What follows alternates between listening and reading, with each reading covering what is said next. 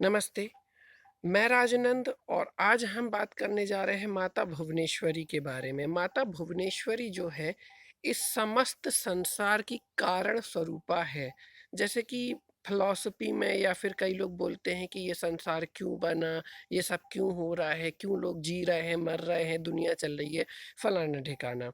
तो उन सब का कारण क्या है? उन सब का एकमात्र कारण है माता भुवनेश्वरी। जो मैं कथा आपको सुनाने जा रहा हूँ, उसमें भी वो कारण स्पष्ट होगा। इसके अलावा माता भुवनेश्वरी को शाकंभरी देवी भी कहा जाता है। माता भुवनेश्वरी 14 भुवनों की मालकिन या कहें राजराजेश्वरी कहलाती हैं, अधिष्ठात्री कहलाती हैं। अब मैं आता हूँ इनकी कथा पर। तो शुरू करते हैं जहाँ तक कि मधु केटव वध का वर्णन आता है, दुर्गा सप्तशती में भी ये कथा है। तो शुरू करते हैं। जब संसार की शुरुआत होती है तो चारों ओर पानी ही पानी होता है, पानी के अलावा कुछ नहीं होता है। तो श्री हरि विष्णु के कान से 2 राक्षस निकलते हैं, मधु और कैटभ नाम के। और ब्रह्मा जो रहते हैं विष्णु जी की नाभि कमल से निकलते हैं। पहले तो वो कन्फ्यूज रहते हैं कि मैं यहाँ क्यों हूँ, किस लिए हूँ, क्या वजह है मेरी।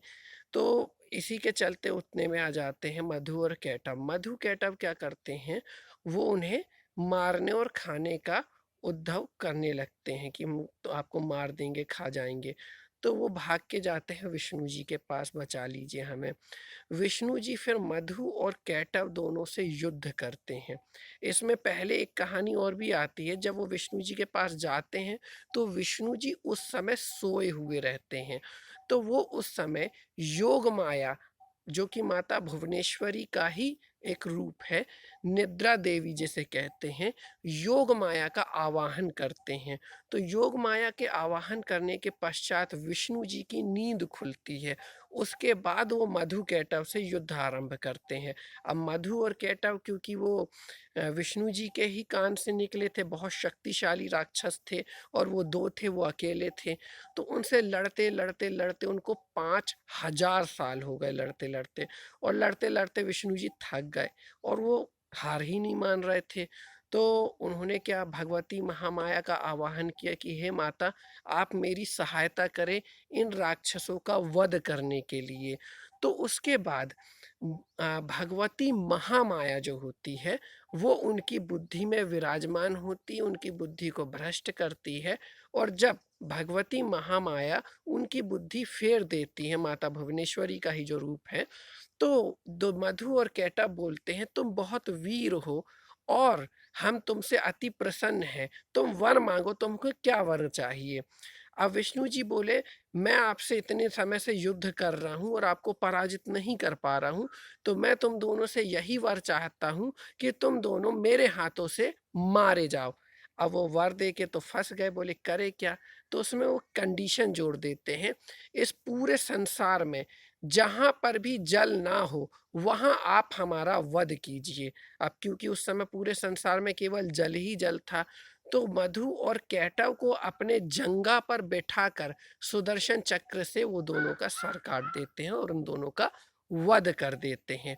इस तरह से फिर विष्णु जी बोलते हैं कि हे माता, हे माँ भुवनेश्वरी, आप केवल मैं केवल माध्यम मात्र हूँ, आपने मेरे ज़रिए मधु और कैटभ का वध कराया। इसके बाद ब्रह्मा, विष्णु और उस इस उद्यम से प्रकट हो जाते हैं शिव जी भी। जब ये सोचते हैं कि ब्रह्मा, विष्णु, शंकर कि हम इस संसार में क्यों आए हैं, ब्रह्मा, विष्णु, शंकर, तो उस समय माता एक विमान को प्रकट करती है। उस विमान पर बैठ के ब्रह्मा, विष्णु, शंकर तीनों जाते हैं एक जगह पर जहाँ माता भुवनेश्वरी विराजमान होती है, और उनके चरण कमल में उन्हें इस संसार की उत्पत्ति, पालना और विनाश दिखाई देता है। वहाँ माता भुवनेश्वरी शिव, विष्णु और ब्रह्मा को सृजन, पालना और विनाश का कार्य देती हैं। इसलिए माता भुवनेश्वरी इस समस्त संसार की कारण स्वरूपा कहलाती हैं। तो ये तो हुई महाभारत भुवनेश्वरी की कथा। इन्हें माता शाकंभरी भी कहा जाता है। अब मैं दूसरी कथा सुनाने जा रहा हूँ माता शाकंभरी की।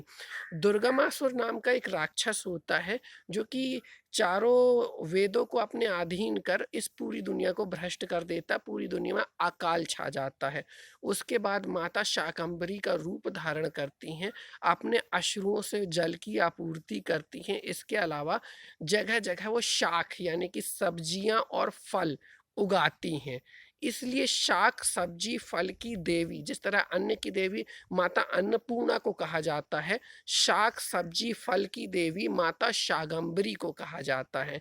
तो माता भुवनेश्वरी जो कि 5वीं महाविद्या कहलाती है 10 महाविद्याओं में से, इनकी पूजा शाकंभरी देवी के रूप में भी होती है। तो गुप्त नवरात्रि के अवसर पर आप माता शाकंभरी की पूजा आराधना ज़रूर करें और सबसे ज़्यादा पुण्य का काम होगा कि उनकी कथा को, इस वीडियो को लाइक कर, शेयर कर लोगों तक पहुँचाएँ, इस चैनल को सब्सक्राइब करें। जय माता भुवनेश्वरी, जय माता दी, हर हर महादेव। धन्यवाद।